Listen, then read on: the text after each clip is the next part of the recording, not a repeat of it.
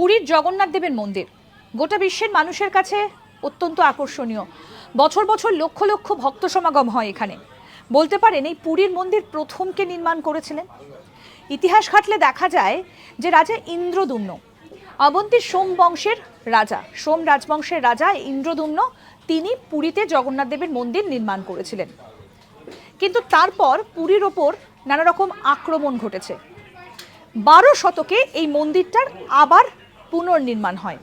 সেই পুনর্নির্মাণ করেছিলেন গঙ্গা রাজবংশের একজন বিখ্যাত রাজা অনন্ত বর্মন দেব।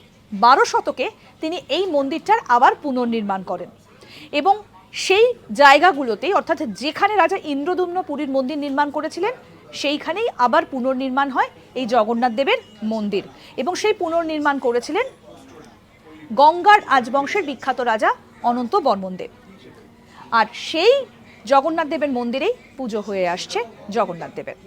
এরকম আরও অনেক অজানা আপডেট পেতে দেখতে থাকুন আজ তাক বাংলার ইউটিউব চ্যানেল।